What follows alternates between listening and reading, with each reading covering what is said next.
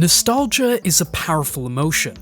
It's why we dust off our old consoles every now and then to revisit games from decades past. It's not the pixels or the loading screens that draw us back. It's the connection we formed with those games. They remind us of who we were, how we felt, in a time when the world seemed just a little bit simpler. For two friends in St. Petersburg, Russia, harnessing nostalgia allowed them to create something that didn't just resonate with an entire generation of gamers, but also set them on a path to bigger and better things. Those two friends were Nikita Kulaga and Svyatoslav Cherkasov, the founders of Lazy Bear Games, and their nostalgia-fueled indie game romp of a debut was none other than the Street Fighter Manager Tycoon game, Punch Club. In 2010, Kulaga and Cherkasov, both skilled programmers in their 20s, took their passion for video games and founded their own indie development studio, Game Jam. No, not that one. The Russian 20-somethings went on to start a few projects that were either cancelled or transferred to another company right out the gate, but they didn't let that get them down. They eventually found success in the mobile game industry, releasing Jungle Rush and Fairy Kingdom HD. After winning a handful of awards from the Next Castle Party contest in 2013 for Rabbit Must Die, Game Jam decided it was time to get serious. They had started this journey as a hobby, but it was quickly becoming something more.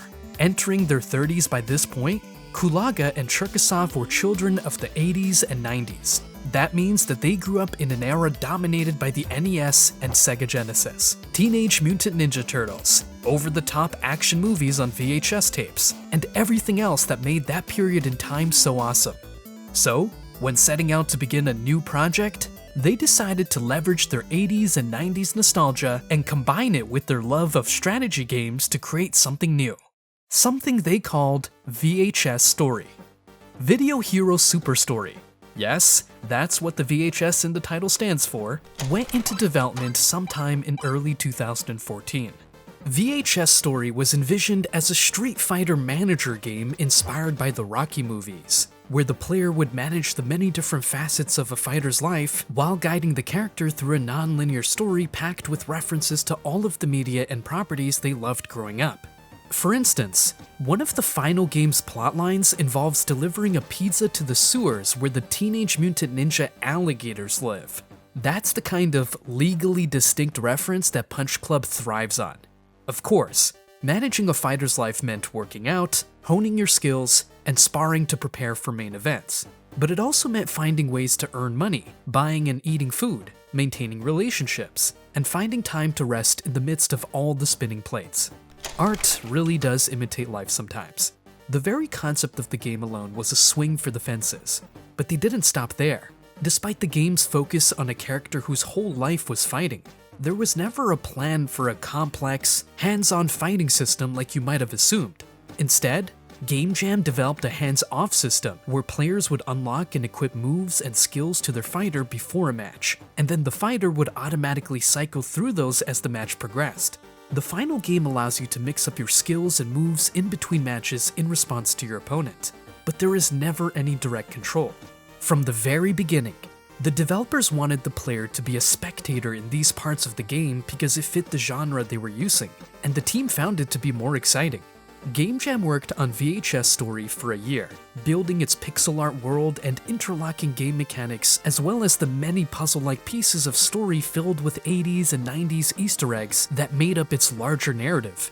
Initially, the studio's plan was just to launch on PC, but due to developing the game in Unity, the door was open to port the game to other platforms pretty quickly and painlessly, a benefit the studio definitely took advantage of.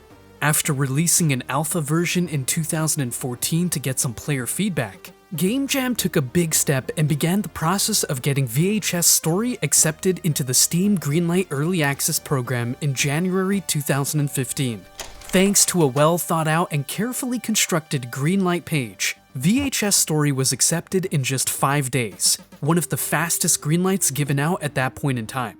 2015 was a transformative year for both the game and its development team, as VHS Story made its debut at E3, where it was announced as Punch Club, published by Tiny Build and developed by Lazy Bear Games. Punch Club was given a release date of January 25th, 2016, but tinyBuild did something special to celebrate the game and moved its release date up by several weeks. On January 7th of the same year, the publisher created Twitch Plays Punch Club, a twist on the Twitch Plays Pokemon craze that played out in 2014. They set up a Twitch channel that would run Punch Club while the entire audience acted as the player. The hundreds or even thousands of competing inputs at once leading to all kinds of shenanigans. To sweeten the deal and build even more hype, tinyBuild added a stipulation to the stream.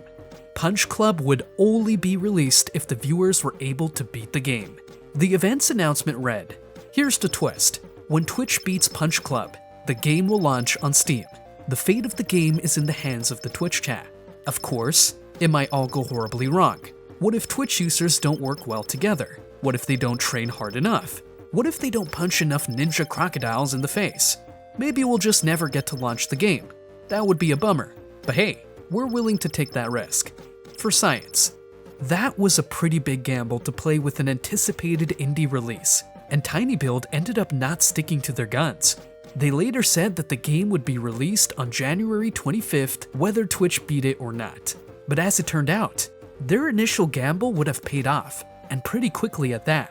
On January 9th, 2016, the Twitch audience completed one playthrough of the game after a miraculous 36 hours. For a frame of reference, a standard playthrough of Punch Club is estimated to be roughly 15 hours. Punch Club officially hit Steam on that day. Within a month, the game sold 250,000 copies and crossed $2 million in sales. To celebrate the achievement, Lazy Bear announced a free DLC expansion called The Dark Fist, which added hours of new content and implemented features the community had requested. The game has Metacritic scores that range from 62 to 77 depending on the platform, with the iOS version sitting comfortably at the top of the pack. One thing that affected Punch Club's success was the heavy pirating activity it faced. While it sold 300,000 copies, Punch Club was pirated 1.6 million times. Following the success of Punch Club, Lazy Bear Games ventured into new thematic territories with Graveyard Keeper and Swag and Sorcery, each showcasing unique gameplay experiences infused with the studio's signature humor. Released in August 2018, Graveyard Keeper is a graveyard-themed management simulation game that places players in the role of a cemetery manager in a medieval setting. The game combines dark humor with intricate mechanics, allowing players to tend graves, conduct autopsies, and engage in various side activities like farming, fishing, and dungeon exploration. Its satirical take on the genre, reminiscent of titles like Stardew Valley, offers a macabre twist on traditional farming simulations. Over the years, Graveyard Keeper received substantial post-launch support, including 3 main DLCs. Breaking Dead introduced the ability to resurrect corpses as zombies to automate labor. Stranger Sins delved deeper into the game's lore, allowing players to build and manage a tavern while uncovering the town's secrets. Game of Crone added a refugee camp management system and a storyline involving a vampire terrorizing the villagers. These expansions enriched the gameplay, offering new mechanics and narratives that kept the community engaged. The game's commitment to continuous improvement culminated in a physical release, the Undead Edition, published by Atari in February 2025, which included the base game and all DLCs.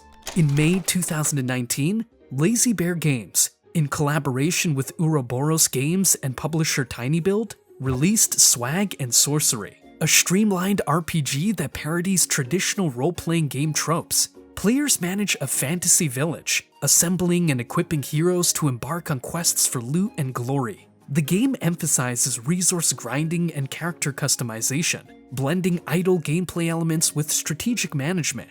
Its tongue-in-cheek approach offers a lighthearted experience, distinguishing it from more serious entries in the genre. Nearly a decade after the original Punch Club, Lazy Bear Games released Punch Club 2, Fast Forward, a sequel that takes everything fans loved and launches it into a satirical cyberpunk future. Set 20 years after the first game, Fast Forward follows the son of the original protagonist as he navigates a dystopian city run by megacorps, bizarre factions, and questionable noodle vendors. His goal?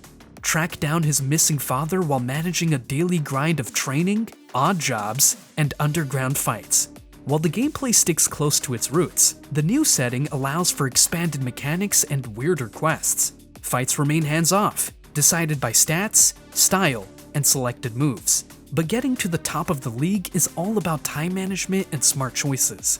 While it doesn't radically shake up the formula, Punch Club 2 has been praised for its refined systems and sharp sense of humor. It currently holds a very positive rating on Steam, with over 80% of player reviews recommending the game. In September 2023, not even 2 months after Punch Club 2 had fought its way to release, an announcement video was unveiled for Bandle by Riot Forge. One of the coolest things about Bandle is how it helped shape the official lore of the Yordles. Development on the game began around late 2019 or early 2020, and during that time, Lazy Bear Games worked closely with Riot to brainstorm ideas about Yordle culture and their place in Runeterra. Some of the concepts they came up with ended up being adopted into the canon lore and were first introduced to players in Legends of Runeterra, specifically in the Yordle set released around 2021. So while Bandle officially launched in 2024, it's built on a version of the world that Lazy Bear helped create years earlier. What really makes Bandle pop is its beautiful appearance and its cozy presentation. There's a lot to love about how the world is set on display, from the folksy homes with a lot of detail to the woodsy wilderness. It has a certain charm to it that the developer has perfected over their growing catalog, and it really helps to make the game pop.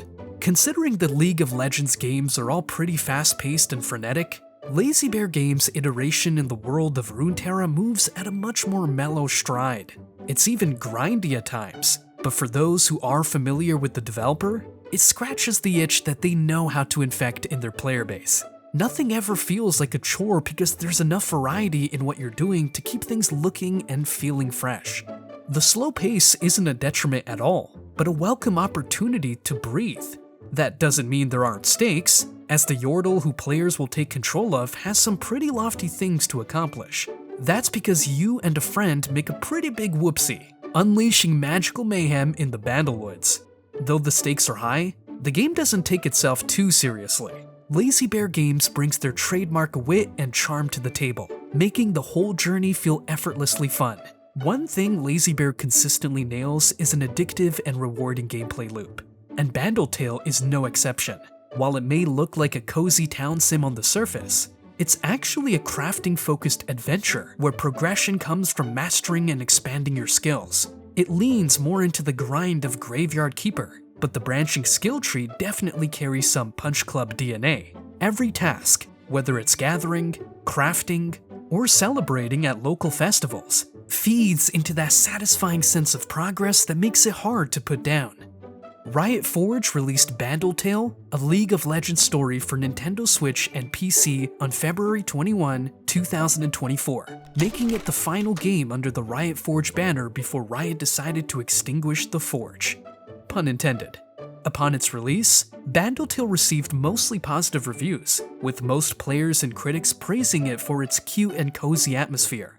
While Bandle doesn't cater to every player's taste, it embraces its cozy yet quirky identity. The game is a delicate balance between relaxing charm and mildly complex gameplay, with moments of silliness that keep the tone light. Though its crafting system can occasionally feel tedious, it encourages creativity and self-directed exploration. For some, the grind and learning curve enhance the sense of satisfaction when progress is made, while for others, the lack of explicit guidance reinforces the game's old-school, figure-it-out-as-you-go vibe. Building on the creative momentum from Bandle, Lazy Bear Games continues to expand its reputation for crafting quirky gameplay and RPG experiences. Their latest project, Bloomtown: A Different Story, represents a fun new step forward for the studio. In Bloomtown, Lazy Bear brings players to a charming, yet mysterious suburban town inspired by 1960s Americana.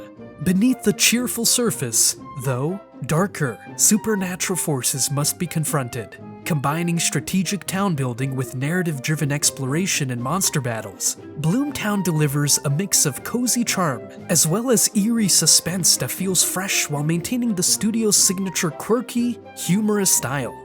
Fans of Graveyard Keeper and Swag and Sorcery will feel right at home managing a growing town, making key choices, and discovering secrets lurking just beyond the edges of normalcy.